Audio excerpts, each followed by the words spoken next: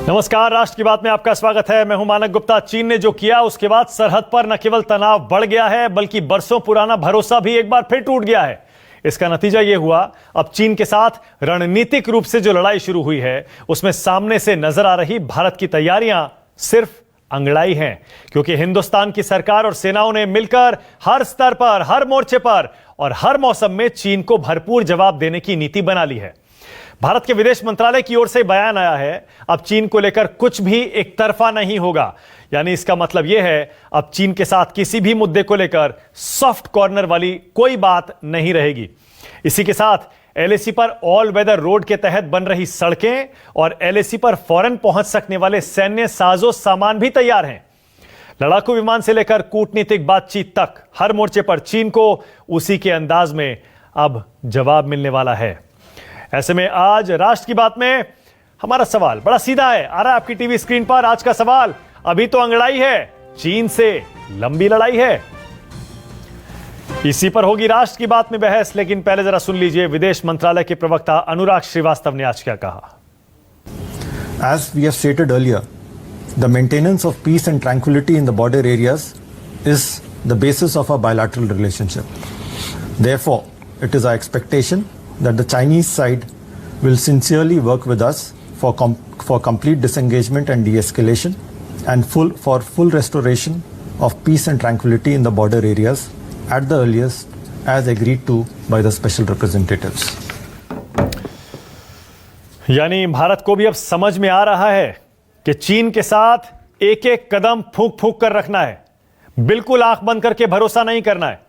लेकिन अब जबकि चीन ने विवादित इलाकों से अपनी सेनाएं पीछे हटाने से इनकार कर दिया है या पीछे सेनाएं नहीं हटाई हैं, अब भारत के सामने क्या विकल्प बचते हैं? क्या लंबी लड़ाई है? आज राष्ट्र की बात में इसी पर बहस होगी। मेरे साथ बीजेपी से सुदेश वर्मा जुड़ रहे हैं, कांग्रेस से आलोक शर्मा है, major general AJB Jaini retired और major general Vishambar Dayal retired. आपकी टीवी स्क्रीन पर चारों खास मेहमान, आप सभी का स्वागत। सुदेश वर्मा, आपसे शुरू कर रहा हूं। सुदेश वर्मा, चीन ने तो कुछ ही दिनों में धोखा दे दिया। आप और हम सब ये उम्मीद लगा के बैठे थे कि बातचीत चल रही है, शायद गलवान जैसे 2.5 किलोमीटर पीछे हटे, वहां बाकी इलाकों से भी हटेगा, लेकिन कहीं से पीछे नहीं हट रहा है। सुदेश वर्मा, चीन अभी से धोखा। देखिए, हटना पड़ेगा, ऑप्शन नहीं है, क्योंकि वो भारत नहीं है कि आप कुछ भी एक तरफा कर लीजिए और हम चुप रहेंगे। और हम लोग विश्वास करते हैं कि डिप्लोमेटिक बेस से रिजॉल्व हो जाएगा, और नहीं तो सेना है ही वहां पर। सेना कैसे डील करना है सेना जानती है। चीन जो है गलतफहमी में न रहे, चौतरफा वार चीन पर हो रहा है हर तरफ से, इकोनॉमिक तरफ से, इंटरनेशनल रिलेशंस की तरफ से सेना हमारी सतर्क है, तो वो नहीं चलेगा जो पहले चलता आ रहा था। और इस बात को हर व्यक्ति जानता, आज पूरा विश्व देख रहा है। आपने देखा कितनी शक्ति के साथ हुआ। यही चीज़ डोकलाम में उन्होंने किया था। डोकलाम में आपने देखा हम लोग का स्टैंड क्या रहा भारत का, और उसके बाद डोकलाम से उनको जाना पड़ा। यहाँ से भी गए हैं, कुछ जगह से नहीं गए, वहां से भी जाना ही होगा, ऑप्शन नहीं है। नहीं, ऑप्शन नहीं है, ठीक है, मैं मानता हूं, लेकिन फिलहाल जो स्थिति है, इतने दौर की बातचीत, घंटों घंटों पूरी रात रात मीटिंग करने के बाद सुदेश वर्मा, जो एग्रीमेंट हो गए, अगर उन पर भी वो अमल नहीं कर रहा है, इसका मतलब क्या हुआ? जैसे मैंने पहले बताया, गलवान से 2.5 किलोमीटर पीछे हट गए, मान लिया। डेप्सांग से नहीं हटे, हॉट स्प्रिंग गोगरा से पीछे नहीं हटे, फिंगर 4 से पीछे हटने के नाम पर सिर्फ फिंगर 5 तक गए हैं।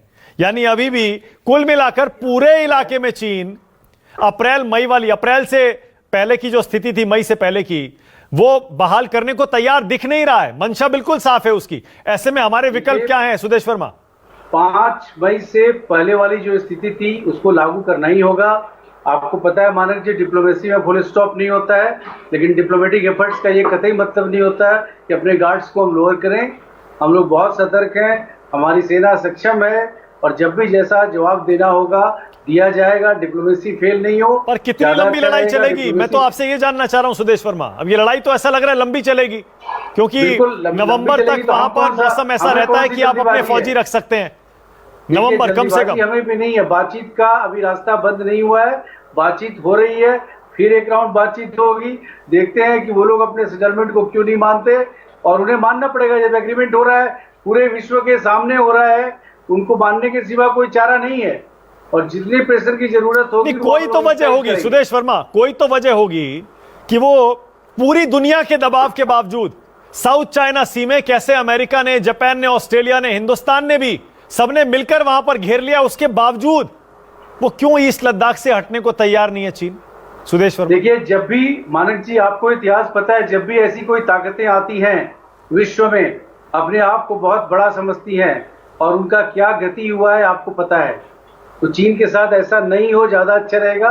बहुत पुरानी सभ्यता है, पूरा विश्व चीन के खिलाफ खड़ा है, इस बात को चीन को समझ जाना चाहिए। ओके, आलोक शर्मा, आपको हैरानी हुई किसी भी तरह की कि चीन ने एग्रीमेंट, अभी पूरी तरह से एग्रीमेंट हुआ भी नहीं है, कि जितना हुआ है वो भी तोड़ दिया? हैरानी नहीं है, हैरानी इस बात पर है कि सुदेश वर्मा जी और हमारे डिफेंस मिनिस्टर, हमारे राजदूत चीन में, सब देश के प्रधानमंत्री को झूठा ठहराने पे लगे हुए हैं। सुदेश वर्मा जी भी साफ झूठा ठहरा गए। वो कह रहे हैं चीन को पीछे हटना ही होगा, और मोदी जी कह रहे हैं वो आए नहीं है। मुझे लगता है सबसे पहले स्पष्ट दृष्टिकोण नहीं है, ना सरकार के पास, ना भारतीय जनता पार्टी के पास। 19 जून को ऑल पार्टी मीटिंग में मोदी साहब कहते हैं कि ना कोई आया है ना कोई गया है, पता नहीं क्या स्टेटमेंट थी वो। चीन का नाम लेने से भी डरते हैं आप। 20 जवान शहीद हो गए, 85 घायल हो गए, 10 हम उनके कब्जे में आ गए, लेकिन कोई अंदर नहीं आया, कुछ नहीं हुआ। अभी तक ये नहीं पता हमें कि अभी तक सॉफ्ट कॉर्नर क्यों था। मिनिस्ट्री ऑफ एक्सटर्नल अफेयर्स को आज क्यों कहना पड़ा कि सॉफ्ट कॉर्नर नहीं रहेगा? इसका मतलब अभी तक था। अब एक तरफा नहीं रहेगा निर्णय, इसका मतलब अभी तक एक तरफा चल रहा था। दिक्कत यह है कि चीन हमारी भूमि पर बैठा हुआ है। अपनी इमेज के चक्कर में प्रधानमंत्री मोदी साहब चीन का नाम लेने से डर रहे हैं। नहीं, अब तो लेकिन मान लिया ना आलोक शर्मा, ये जो पुरानी बातें आप गिना रहे हैं, मैंने मान लिया, चलिए कि पहले बहुत कंफ्यूजन था। मैं तो आज की बात कर रहा हूं। आज तो हिंदुस्तान की सरकार ने, विदेश मंत्रालय ने साफ साफ कह दिया, एक तरफा अब चीजें नहीं चलेंगी। चलिए मान लिया सॉफ्ट कॉर्नर पहले था किसी तरह का, मान लिया, और आज एक सरकार में नहीं, सब सरकारों में था। लेकिन अब तो कम से कम आलोक शर्मा ऐसा लगना चाहिए ना। आप सवाल पूछिए या तो आप स्टेटमेंट मत दीजिए। नहीं, आपने तो सवाल पूछ लीजिए। एक सेकंड आलोक शर्मा, मुझे केवल ये बताइए, मेरी बात भी सुन लीजिए। अरे मेरा शो है, मैं बोल लूं दो लाइन में बोल लूं। अब आलोक शर्मा, आप मुझे यह मत बताइए कि मुझे स्टेटमेंट देना है या नहीं देना है। मैं स्टेटमेंट भी दूंगा, अपना ओपिनियन भी दूंगा, और मैं सवाल भी पूछूंगा। आप तय नहीं करेंगे कि मैं ओपिनियन दूंगा, स्टेटमेंट दूंगा या नहीं दूंगा। मैंने स्टेटमेंट दे दिया, अब मेरा सवाल सुन लीजिए। देखिए, अब सुन तो लीजिए। हाँ, बताइए। अब सवाल भी सुन लीजिए। मैं ये कह रहा हूं, अब तो कम से कम भारत सरकार ने ये मान लिया ना, पुराने बयान छोड़ दीजिए, अब तो मान लिया कि वो घुसा हुआ है और पीछे नहीं हट रहा है। अब आगे का रास्ता बताइए ना, कुछ आप ही बताइए। आपने भी चीन से, आपकी सरकार ने इतने साल डील किया है। देखिए, मुझे लगता है सबसे पहले देश की सरकार माने कि वो घुसा हुआ है। देश के प्रधानमंत्री देश से माफी मांगे कि मैंने जो उस दिन 19 जून को बोला था वो झूठ बोला था। पहली बार ऐसा हुआ है उससे चीन वापस चला जाएगा। उससे चीन वापस चला जाएगा। प्रधानमंत्री को स्टेटमेंट दे। एक मिनट मानक जी एक मिनट। शतुर्मुर्ग की तरह अपनी गर्दन को रेत में छुपा लेने से ऐसा नहीं होगा कि नहीं होगा। सैटेलाइट इमेज कह रही है, दौलत बेल गोल्डी पर उन्होंने पूरा कंस्ट्रक्शन कर लिया, डेप्सोन पर कंस्ट्रक्शन कर लिया है, लेकिन आप अभी तक सोए हुए हैं। हम कह रहे हैं कि आप बैक चैनल डिप्लोमेसी कीजिए। कहां सोए हुए हैं? क्या बात कर रहे हैं आलोक शर्मा? हमारी फौज सोई हुई है क्या? सेना सोई हुई है? ऐसे मत बोलिए आलोक शर्मा। फौज के ऊपर नहीं। मानक जी, आप इस तरह से आप मोदी जी को बचाने का काम नहीं कर रहे। मुझे बोलना मोदी जी को कौन बचा रहा है? आप कह रहे सोए हुए हैं, कौन सोया हुआ बताइए? कौन सोया हुआ है बताइए? आप जैसे एंकर जो है मानक जी, आप जैसे एंकर जो है केवल सरकार को आप बचाने जैसे का काम एंकर, आप जैसे एंकर क्या होता है? तमीज से बात करिए। आप जैसे एंकर क्या होता है आलोक शर्मा? आप हमारे मेहमान हैं, मैं आपको पूरी इज्जत दे रहा हूं, आपकी बात सुन रहा हूं। जब आपसे क्रॉस क्वेश्चन कर रहा हूं तो आप एंकर पर सवाल उठाने लगते हैं। आप जैसे एंकर क्या होता है? मैं कहूं आप जैसे प्रवक्ता, मैं कहूं आप जैसे प्रवक्ता, आपको कैसा लगेगा? आपको कैसा लगेगा मैं कहूं आप जैसे प्रवक्ता? क्या बात करते हैं आलोक शर्मा?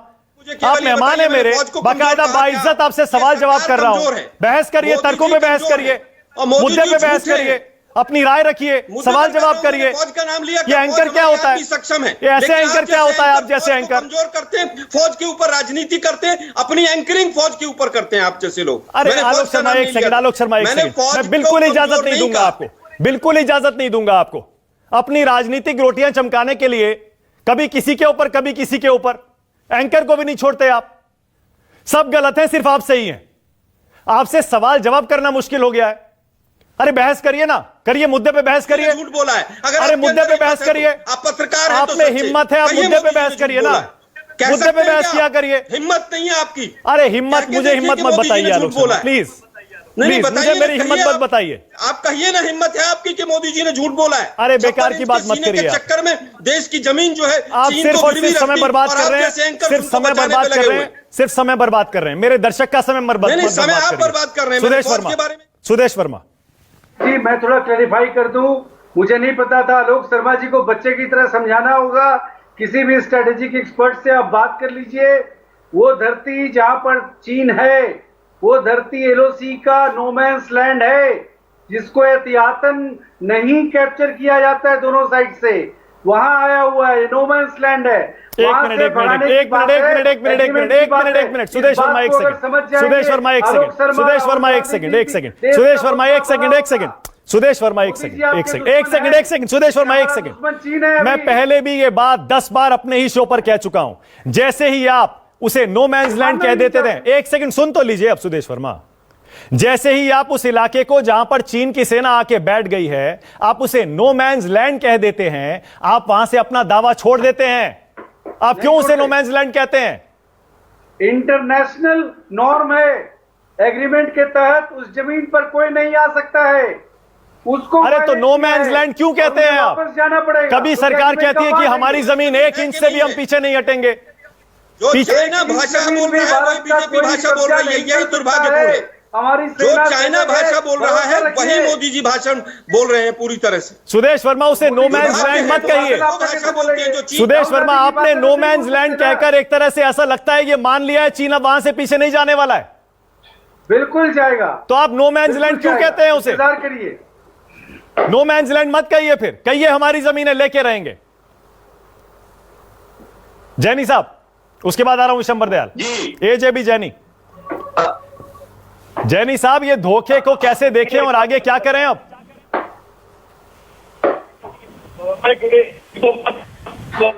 पहले तो जो वर्मा जी ने बोला कि वो डोकलम का उन्होंने एग्जांपल दिया कि डोकलम से चीन चला गया पीछे और अब तक जाएगा। डोकलम से वो पीछे नहीं गया, ये डोकलम से आगे नहीं बढ़ा, जहां पे था उससे ज्यादा तादाद में। और अब पहले जितने चुटुर पुटुर थे, अब पूरी ब्रिगेड आके वहां पे बैठ गई है। हाँ, ये बात जरूर है कि 73 दिन के बाद आगे नहीं बढ़ा, तो ये बात साफ होनी चाहिए वर्मा जी की। दूसरी बात, ये नो मैन्स लैंड के नाम की चीज एलएसी में नहीं होती है वर्मा साहब। मैं एक मिलिट्री का कमांडर हूं, मुझे मालूम है। ये 1971 में इंडो बांग्लादेश के वो बॉर्डर की बात नहीं है, जहां की के 5 किलोमीटर का डीमिलिटराइज जोन बनाया गया था। यहाँ पे डीमिलिटराइज जोन नहीं है, यहाँ पे एक लाइन ऑफ कंट्रोल है जो बदकिस्मती से डिमार्केटेड नहीं है, इसलिए वो कहते हैं ये है लाइन ऑफ कंट्रोल, हम कहते हैं वो है लाइन ऑफ कंट्रोल। वो यहां तक पेट्रोलिंग करते हैं, हम वहां तक पेट्रोलिंग करते हैं। ये कहना कि एक नो मैन्स लैंड है उसमें कोई नहीं आ सकता, ये गलत होगा। अब सुनिए, आपकी जो हैशटैग की बात है कि अभी तो अंगड़ाई है, आगे क्या लड़ाई है। मानक, ये अंगड़ाई नहीं है। अभी ये जो हो रहा है ये क्या लड़ाई से कम है?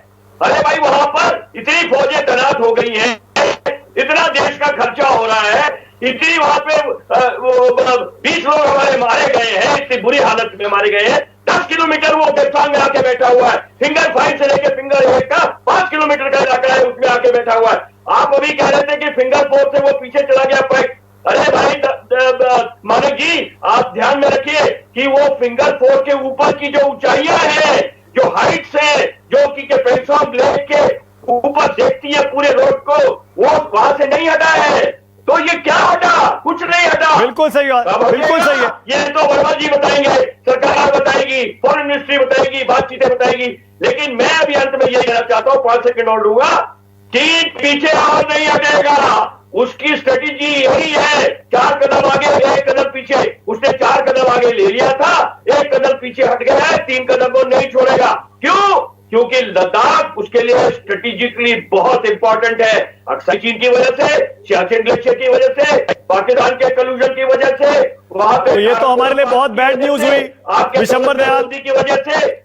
जनरल विशंबर दयाल, ये तो हमारे लिए बहुत बुरी खबर है। अगर हम चाइना की पुरानी स्ट्रैटेजी समझें और पढ़ें, 4 कदम आगे 1 कदम पीछे, मतलब 3 कदम का फायदा, अगर वो गलवान में और पूर्वी लद्दाख में यही करने की कोशिश कर रहा है, तो मान ले अब ये पीछे और पीछे नहीं हटने वाला चीन।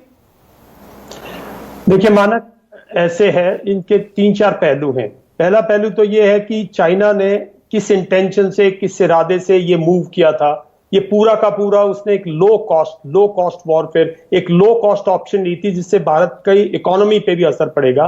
उसने लो कॉस्ट ऑप्शन लिया था, उसने आके ऑक्यूपाई कर लिया, उसने सरप्राइज कर लिया और उसने वो पॉइंट्स पर ऑक्यूपाई किया जो कि नो मैंस लैंड नहीं है। देखिए फिंगर 8 के पास जो सिरजप 1 सिरजप 2 है 1962 में उसने कब्जाए थे, उसके बाद उसके आगे उसने कोई डेवलपमेंट नहीं की, उसने किसी किस्म का कोई बंकर नहीं किया। उसने 1962 में हमारे पास कोई ऑप्शन नहीं था, हम हारे थे, हम पीछे थे, हम लोग फिंगर 3 पे जाकर बाद में जैसे हमारी इंफ्रास्ट्रक्चर डेवलप हुई हमने एक आईटीपीपी की पोस्ट बना दी। तो ये नहीं है कि हमारा फिंगर 8 तक हमारी जमीन नहीं है, वो तो हमारी जमीन है और उसको क्लेम करना पड़ेगा, पहली बात। दूसरी बात, देखिए मानक एक हमारे पास ऑप्शन थी 15-16 जून। मैं एक मिलिट्री लीडर की तरह बात करूंगा, जो मेरा अपना ऑप्शन है, मैं बाकी हर किसी का अपनी ऑप्शन अपना विचार हो सकता है। एक विंडो थी, उसने हमारे साथ विश्वासघात किया था। चाइना पर कभी भी हमें विश्वास नहीं करना चाहिए। 15-16 को उसने एक हमें अपॉर्चुनिटी दी थी, उसको हमें एक्सप्लॉइट करना चाहिए था, उस सक्सेस को एक्सप्लॉइट करना चाहिए था। और पूरे नॉर्दर्न फ्रंट पर जहां वो है, finger 8, finger 4, finger 5, Galwan, everywhere we should have been on the offensive. और उसी रात को जब तक वो बोलता नहीं रुक जाओ, हमें जारी रखनी चाहिए थी। मेरा अपना मानना यह है, चाहे आपका नुकसान हो, अगर 20 शहादत दे सकते हैं तो 2000 शहादत भी दे सकते हैं।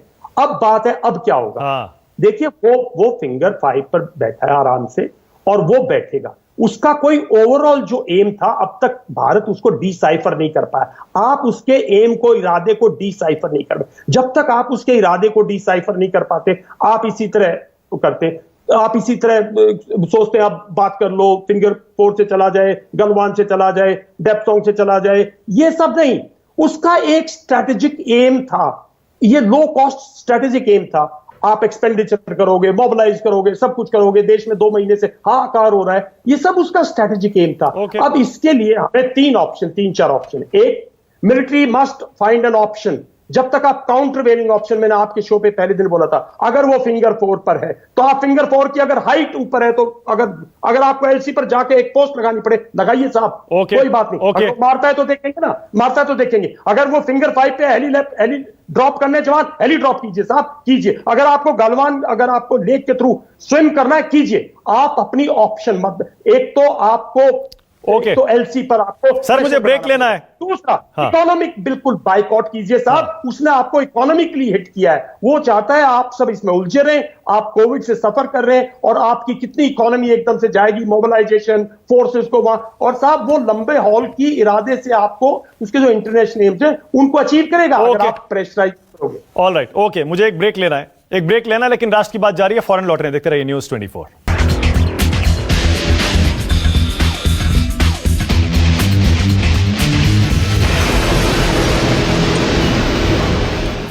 अब जबकि चीन ने जिन हिंदुस्तान के इलाकों में घुसपैठ किए वहां से हटने से इनकार कर दिया है, ऑफिशियली नहीं किया है, लेकिन अपनी सेना पीछे एग्रीमेंट के बाद नहीं हटाई है, तो भारत के सामने क्या विकल्प बचते हैं? आलोक शर्मा, थोड़ी देर पहले आप कह रहे थे सरकार सो रही है, मैं आपसे पूछ रहा हूं, आप बताइए आलोक शर्मा, सरकार को क्या करना चाहिए चीन को पीछे धकेलने के लिए? सबसे पहले तो सरकार को मानना चाहिए, ऑफिशियली डिफेंस मिनिस्टर को थोड़ी हिम्मत करनी चाहिए, एक प्रेस कॉन्फ्रेंस करें और सही बताएं देश को कि वास्तविकता क्या है, सैटेलाइट इमेजेस जो कह रही हैं और वास्तविकता में चीन कहां पर बैठा है। अभी बीजेपी के प्रवक्ता अभी भी आपके चैनल पर झूठ बोल रहे थे, वहां नो मैंस लैंड है, वहां ये है, वहां वो है। क्या वो बीजेपी को रिप्रेजेंट नहीं कर रहे? सबसे पहले तो सरकार सच बोले, पूरा देश उनके साथ खड़ा हुआ है, कांग्रेस पार्टी उनके साथ खड़ी हुई है। उसके बाद इंटरनेशनल प्रेशर जिस तरह से होता है उसको इंटरनेशनल प्रेशर को बिल्ड करे, और उसके बाद भी नहीं हो तो हमारी आर्मी पूरी तरह से स्ट्रांग है।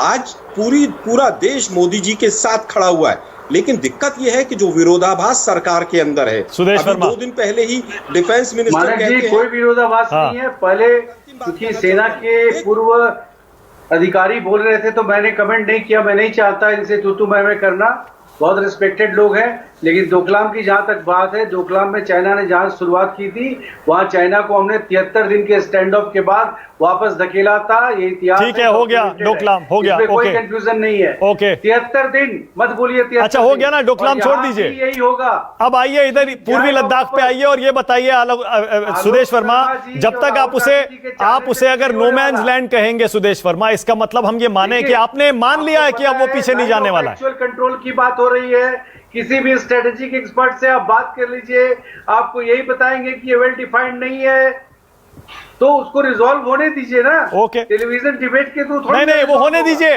नहीं आलोक शर्मा ने क्या कहा अभी और हमने क्या कहा, दोनों एक्सपर्ट्स ने क्या कहा, सरकार के साथ आर्मी के साथ खड़े हैं सब। नहीं एक सेकंड सुदेश वर्मा, एक सेकंड। नरेंद्र मोदी जी पर नहीं सुदेश, अरे करने दीजिए डाउट। सुदेश वर्मा सब काम कर रहे हैं, ठीक है, ताकतवर लोग नहीं है। ओके, हमारी अपनी सेना पर, भारतवर्ष पर, इंटरनेशनल कमिटमेंट पर बहुत भरोसा है।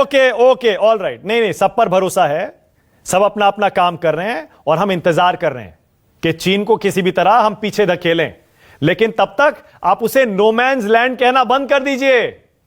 बस इतनी सी गुजारिश है आपसे, क्योंकि जब भी आप कहते हैं नो मैन्स लैंड है या डिस्प्यूटेड एरिया है, इसका मतलब हम ये अभी से बहाना ढूंढ रहे हैं कि हो सकता है कि वो पीछे ना जाए। मैं तो बस इतना कह रहा हूं। चलिए आज राष्ट्र की बात में इतना ही। बहुत बहुत शुक्रिया आपका सुदेश वर्मा, आलोक शर्मा, जनरल जैनी और जनरल विशंबर दयाल। छोटा सा ब्रेक ले रहे हैं, खबरें जारी।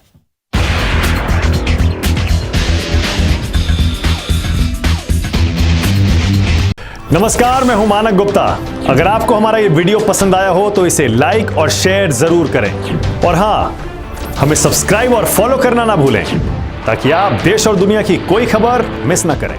तो जुड़े रहिए हमारे साथ और देखते रहिए News 24।